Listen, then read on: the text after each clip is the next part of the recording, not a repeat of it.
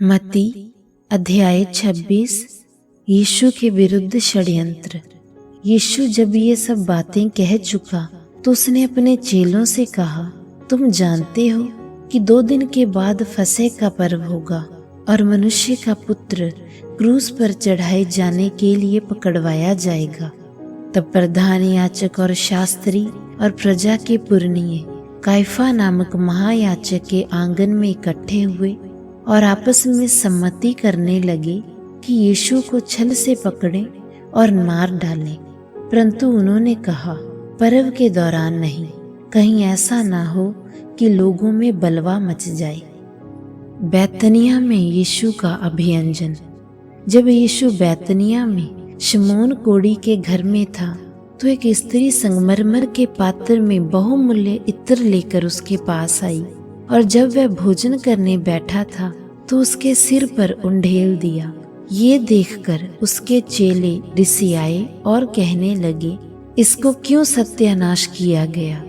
इसे तो अच्छे दाम में बेचकर कंगालों को बांटा जा सकता था।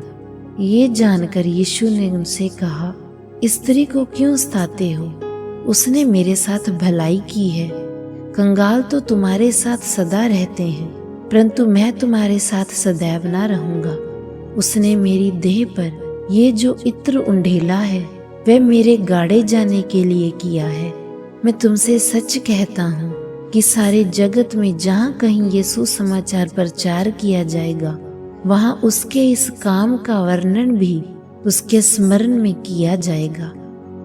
यहूदा इस्करियोती का विश्वासघात। तब यहूदा इस्करियोती ने, जो 12 चेलों में से एक था, प्रधान याजक के पास जाकर कहा, यदि मैं उसे तुम्हारे हाथ पकड़वा दूं तो मुझे क्या दोगे? और उन्होंने उसे 30 चांदी के सिक्के तौलकर दे दिए, और वह उसी समय से यीशु को पकड़वाने का अवसर ढूंढने लगा। चेलों के साथ फसह का अंतिम भोज। अख़मीरी रोटी के पर्व के पहले दिन चेले यीशु के पास आकर पूछने लगे, तू कहाँ चाहता है कि हम तेरे लिए फसह खाने की तैयारी करें?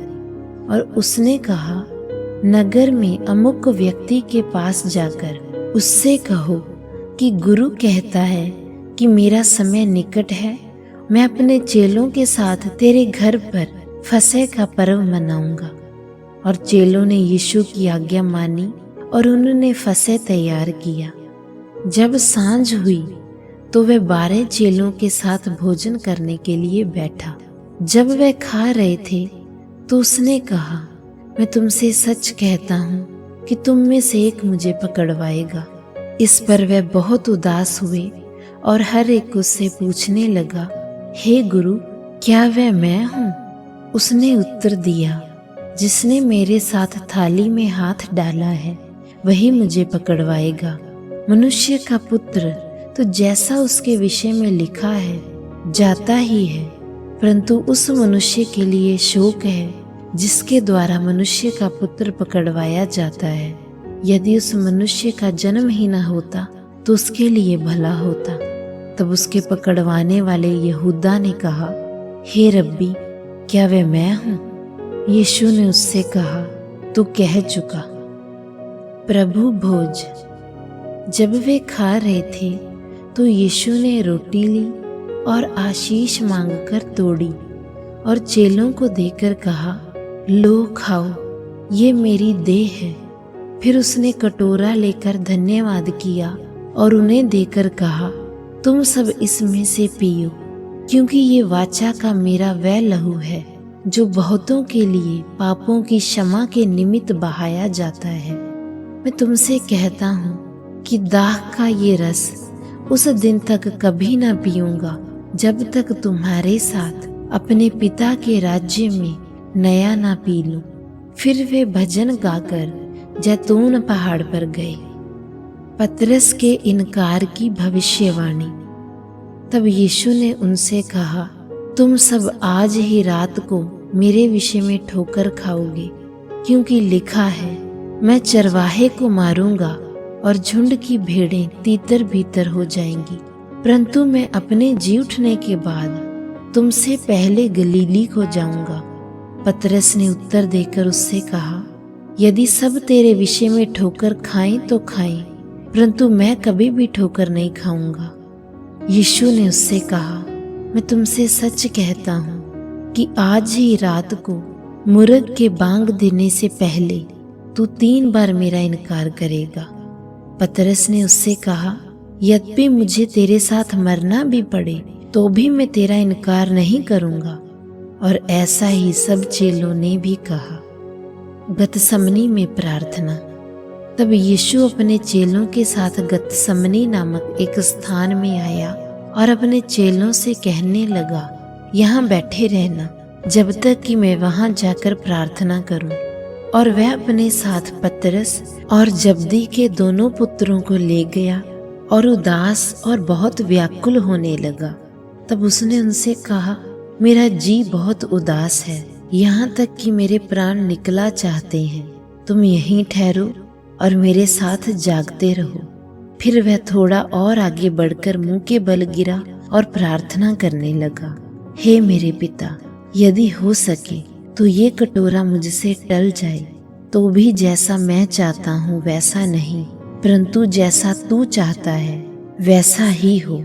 और चेलों के पास आकर उन्हें सोते पाया और पतरस से कहा, क्या तुम मेरे साथ एक घड़ी भी न जाग सके? जागते रहो और प्रार्थना करते रहो कि तुम परीक्षा में न पड़ो। आत्मा तो तैयार है परंतु शरीर दुर्बल है। फिर उसने दूसरी बार जाकर ये प्रार्थना की, हे मेरे पिता, यदि ये मेरे पिए बिना नहीं हट सकता तो तेरी इच्छा पूरी हो। और उसने आकर उन्हें फिर सोते पाया, क्योंकि उनकी आंखें नींद से भरी थीं। और वह उन्हें छोड़कर फिर चला गया और उन्हीं शब्दों को कहकर तीसरी बार प्रार्थना की। तब उसने चेलों के पास आकर उनसे कहा, अब सोते रहो और विश्राम करो।